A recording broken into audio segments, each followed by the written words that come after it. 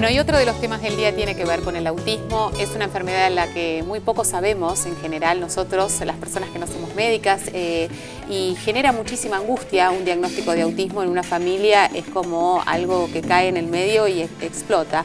Y lo digo de esta manera porque lo digo desde el punto de vista de mamá o de papá, ¿no?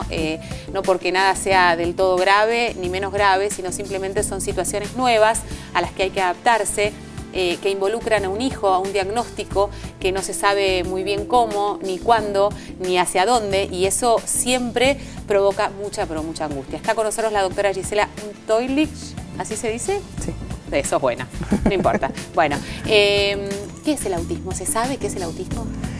En realidad, a mí lo que me gustaría aclarar en principio es que no existe el autismo. Perfecto. Existen los niños con signos clínicos de autismo, son muchos, variadísimos. En todo caso existirán los autismos o los niños con autismo. O sea, no es una patología que se pueda encerrar en una categoría y que tienen unas personas y no tienen otras. No es así. Y eso es lo que da complejidad al tema, porque hay muchísimos tipos de autismos, muchísimas causas en relación al autismo, muchísimos grados, hay pequeños rasgos, hay niños que tomados a tiempo producen modificaciones maravillosas y cursan casi con cierta normalidad, chicos que incluso tomados a tiempo tienen una patología gravísima y con mucha dificultad para salir, claro. Chicos autistas que hablan, que van a la escuela y que incluso llegan a hacer carreras universitarias, y personas con autismo que ni siquiera acceden al lenguaje. La gama es amplísima y eso... Y podemos reconocer, como ustedes pueden reconocer como médicos cuando llegan al diagnóstico, cómo va a ser ese tipo de autismo, o ustedes van acompañando a la persona en su desarrollo sin saber del todo bien o con certeza cómo va a ser su evolución. Sí, quiero aclarar que soy doctora en psicología. Está bien. Digo, de este área nos ocupamos básicamente los médicos pediatras y los psicólogos. Obvio, por eso digo. Y en un trabajo en conjunto. A ver, creo que lo maravilloso en todo caso del ser humano es que es impredecible, ¿sí? Lo que sabemos, digo, y quizás una de las cuestiones de mayores desafíos del autismo es que no hay certezas, ¿sí? Nadie hoy puede dar una respuesta exacta ni de qué es el autismo, ni cuáles son las causas del autismo, ni cómo va a evolucionar un niño al que se le diagnosticó autismo. Sí sabemos que cierto tipo de trabajos van a poder mejorar a ese niño. Lo que me parece fundamental es no ponerle un techo a un niño, ¿sí? No decir... Nunca. Este niño, muchas veces se les dice esto a los padres y eso es tremendo, este niño nunca va a hablar, este niño nunca va a ir a la escuela, este niño nunca va a hacer una vida normal. No lo sabemos, nadie puede saberlo.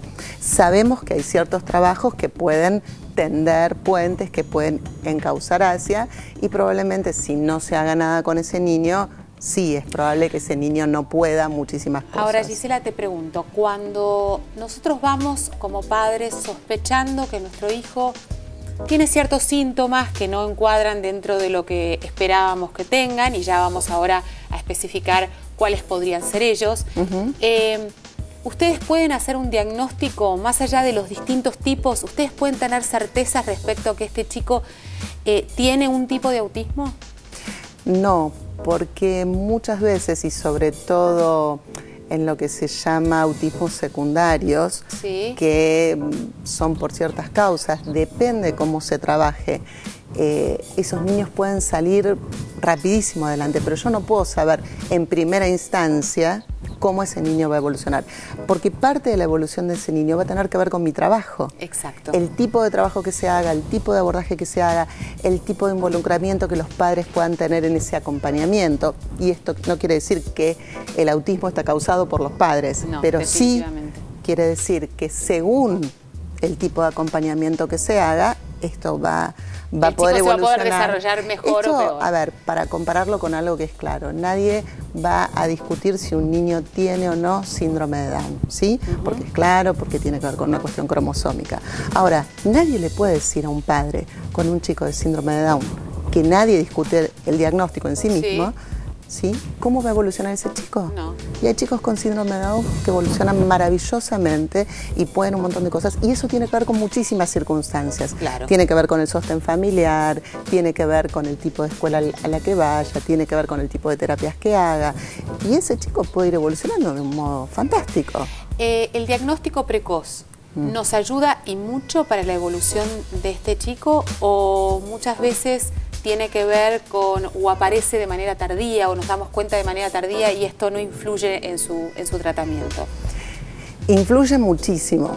Lo que habría que tener en cuenta es, a ver, yo de lo que hablo son de signos clínicos, ¿sí?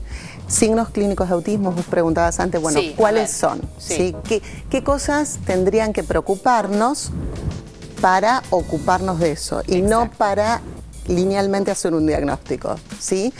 Que un chico, pongamos un corte a los 3 años, digamos. ¿Será algo? Por supuesto hay cuestiones que aparecen mucho antes, ¿sí? Pero un chico que no responda a su nombre, un chico que no hable, un chico que no mire a los ojos, un chico que no juegue, que esté con objetos, digamos, dándolos vueltas, pero que no arme un juego, nos referimos a un juego simbólico, sí. Un juego que, un chico que tenga pánico de entrar en contacto con otros chicos o con adultos. Ese chico le está pasando algo, ¿sí? De lo que hablamos es de que le está pasando algo y algo importante que tiene que ser evaluado por un especialista y que tiene que ser seguido. Decir que eso inmediatamente es autismo, no lo podemos decir, nadie lo puede decir. Nadie puede hacer un diagnóstico de autismo por completar un cuestionario. ¿Con quién hacemos la primera consulta? ¿Con el pediatra? La primera consulta siempre es con el pediatra, porque el pediatra es quien está a cargo del seguimiento del niño. Los pediatras además tienen que aprender a escuchar la preocupación de las mamás. Algunos pediatras son maravillosos en eso y otros a veces sí, y esto acá que vos señalás me parece que es muy importante porque una mamá vibra y siente la recepción de su hijo y no debe haber nada más angustiante que no sentir una devolución por parte de su hijo. Y va con esta preocupación y por ahí la desestiman porque dice, bueno, hay chicos que crecen o se desarrollan de manera distinta, hay que darles tiempo. Lo cual es cierto. Lo cual es cierto, por supuesto, pero si una madre a los 18 meses, a los 20 meses, a los 24 meses, va al médico y está preocupada. Digo esto porque yo recibo en general a los padres un poco más tarde y muchas veces los papás te cuentan, pero yo fui al médico y yo le dije al médico que no me miraba, que no hablaba, que no respondía a su nombre. A veces algunos papás también dicen que los chicos hasta cierto momento tuvieron estas adquisiciones y de repente las perdieron. ¿Sí? Hay chicos que nunca llegan a tener las adquisiciones y hay chicos que aparentemente las tuvieron y después las pierden. ¿Hay una pierden. relación? ¿Puede existir que un chico tenga síntomas de autismo a partir de un fuerte shock emocional por alguna circunstancia particular? A ver, es esto que te decía antes. El autismo es por múltiples causas. Las causas emocionales también juegan, ¿sí? Una situación, por ejemplo, de pérdida, ¿sí? La madre se murió, digo, pérdida muy importante, ¿sí? La madre se murió, el papá quedó solo con esa criatura, no hubo un sostén, hubo cambios importantes de gente que lo cuidaba y nadie pudo hacer un vínculo. Digo, podría dar para que ese niño desarrollara ciertas características autistas, podría ser, pero nadie puede hacer esas determinaciones lineales. Nadie puede decir, a tal acontecimiento va a haber una respuesta única y de un solo modo. Perfecto. ¿Se sabe algo a nivel cerebral si efectivamente existen signos que pueden dar cuenta de esta alteración? Hay muchísimos estudios, ¿sí? En curso, pero la verdad es que fehacientemente y con certeza no hay nada. Hay muchísimas líneas de investigación sobre el tema, sobre causa genética, sobre la forma de la amígdala, sobre muchísimas líneas. Pero la verdad es que no hay ninguna certeza, no hay ningún estudio que diga todos los niños con autismo tal cosa. No pasa, no está, al menos no está hasta ahora. ¿El diagnóstico de TGD es lo mismo que autismo? TGD quiere decir trastorno generalizado del desarrollo. Es el modo en que estaba categorizado el autismo hasta el DSM-4, que es el Manual de Diagnóstico de Enfermedades Mentales. Ahora, en el 2013, se supone que sale una nueva versión del manual, que es el DSM-5, y que la categorización va a cambiar por TEA, que es Trastorno del Espectro Autista, donde van a estar incluidas distintas categorías del autismo.